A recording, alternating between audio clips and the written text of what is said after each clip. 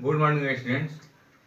आज मैं आप लोगों को 10वीं कक्षा के संस्कृत व्याकरण में व्यंजन वर्ण का छठा भेद बताने जा रहा हूं, जिसमें है कि प्रथम वर्ण का पंचम वर्ण में परिवर्तन। कि इसका नियम है, प्रथम वर्ण का पंचम वर्ण में परिवर्तन का नियम है कि यदि व्यंजन वर्णों के वर्गों के प्रथम वर्ण क हलंत, च हलंत, ट हलंत, त हलंत, प हलंत के बाद किसी वर्ग का पांचवा वर्ण हो तो पहला वर्ण यानी क, च, ट, त, प हलंत अपने वर्ग के पांचवें वर्ण में बदल जाते हैं। जैसे सठ जोड़ नवति सन्नवति। यहाँ भी ट हलंत जो है टवर का यह पहला पद है, पहला वर्ण है, और इसके बाद है कि यह तवर का पांचवा वर्ण न आया है तो यह ट हलंत अपने वर्ग के पांचवें वर्ण में बदल गया।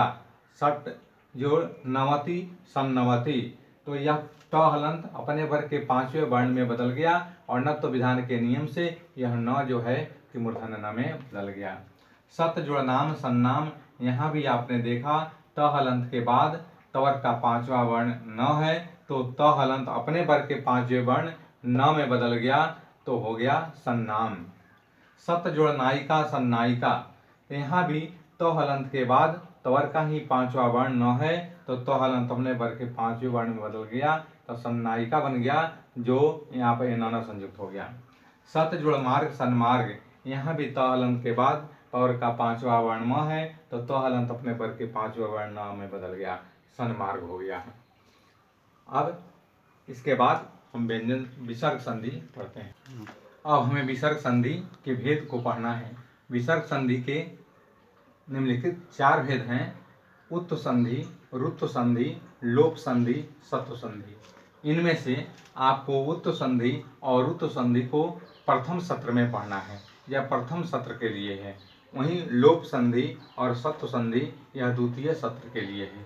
तो हमें अब प्रथम सत्र का उत्त संधि को पढ़ना है। उत्त संधि मतलब विसर्ग का उ हो जाना।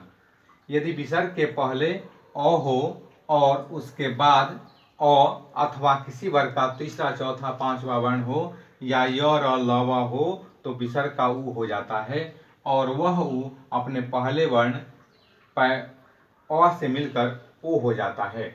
गुण स्वर संधि में भी यही नियम लागू होता है। जैसे मनः जोड़ हरः मनोहरः, यहाँ विसर्ग के पहले अ है और विसर्ग के बाद ह आया तो विसर्ग का उ हो गया और वह उ अपने पहले के अ से मन में जो ड में अ है उसके अ से मिल करके वो हो गया है तो मनोहर शब्द बन गया है। यशः जोड़ गानम यशो गानम, यहाँ भी विसर्ग के पहले अ है और विसर्ग के बाद तीसरा वर्ण है, कवर का तीसरा वर्ण है तो विसर्ग का उ हुआ और वह उ अपने अ से मिलकर ओ हो गया तो यशो गानम हो गया। प्रथमा जोड़ अध्याय प्रथमोध्याय, यहाँ भी विसर्ग के पहले अ है और विसर्ग के बाद अ है तो विसर्ग का उ हुआ और वह उ अपने पहले के अ से मिलकर के ओ हो गया, प्रथमो हो गया है। और बाद वाला अ है ना, ये आपको लुप्ताकार चिन्ह में बदल गया तो यह प्रथमो अध्याय हो गया। उसी तरह सह जोड़ अपि सो अपि, सह जोड़ अपि सो अपि और कह जोड़ अपि कह जोड़ अपि को अपि होता है, कह जोड़ अवदत को अवदत होता है आदि। ये हो गया आपको उत्त संधि। फिर मैं आगे अगली कक्षा में आप लोगों को रुत्त संधि बताऊंगा।